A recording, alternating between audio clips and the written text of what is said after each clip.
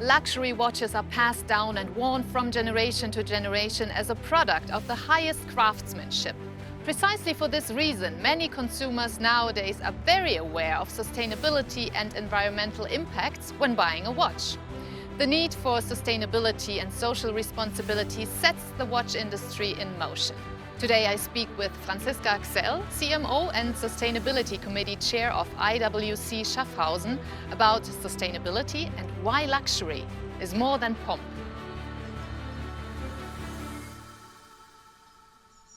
Welcome, Franziska. First, tell us a little bit about the interesting history of IWC. Thank you for having me. It's a pleasure to be with you today.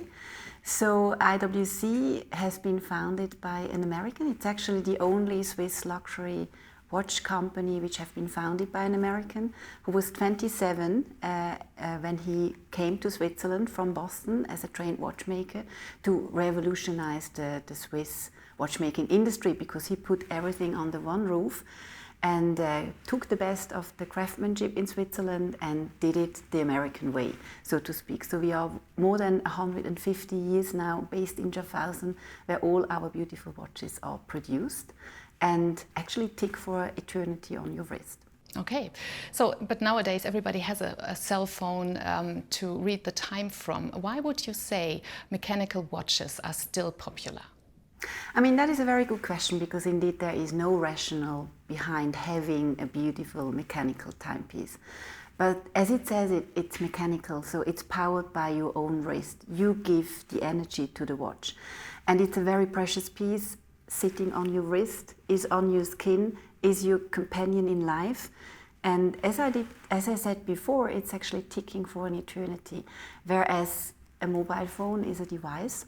And normally you have not such an emotional bound to your technical device, unless you speak about the pictures which are then saved there, or the movies which are saved there. But a watch normally has a very beautiful story to tell, because you always remember when you got it, what special treat you gave to yourself.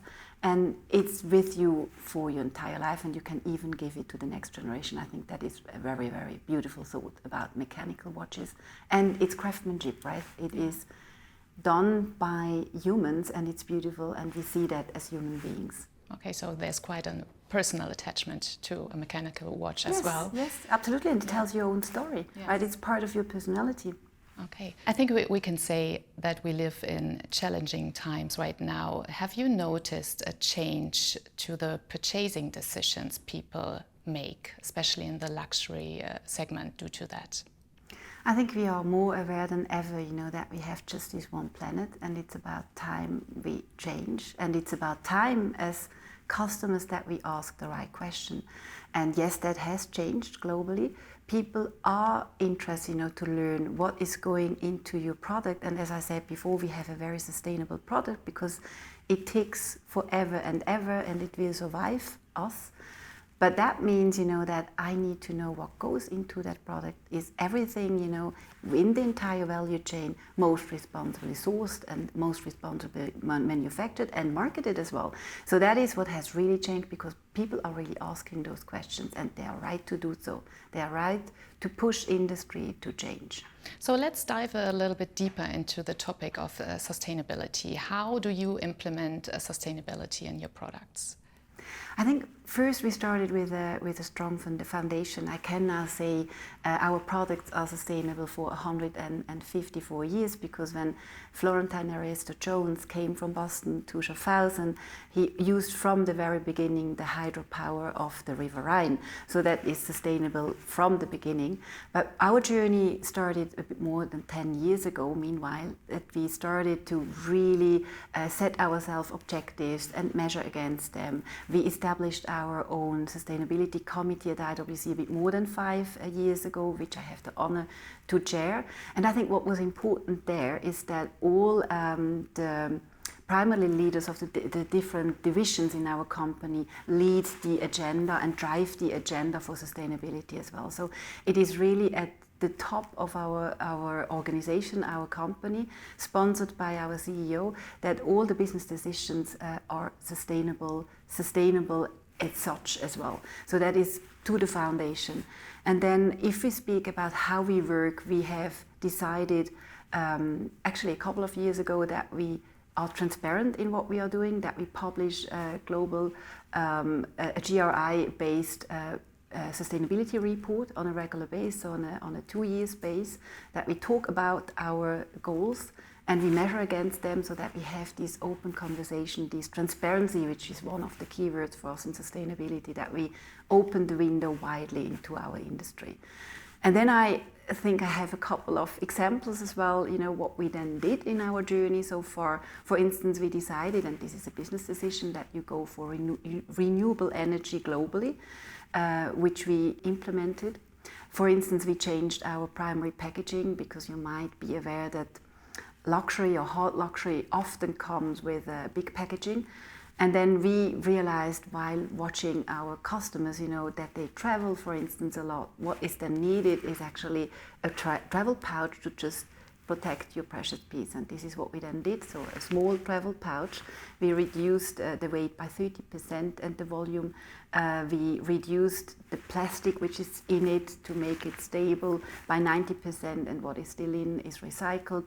And it is a beautiful leather pouch, so it is a product in its own right. This is another example. Or for instance, that we go for vegan strap solutions. We just introduced a paper-based strap called TimberTex, and these are topics which we are caring for.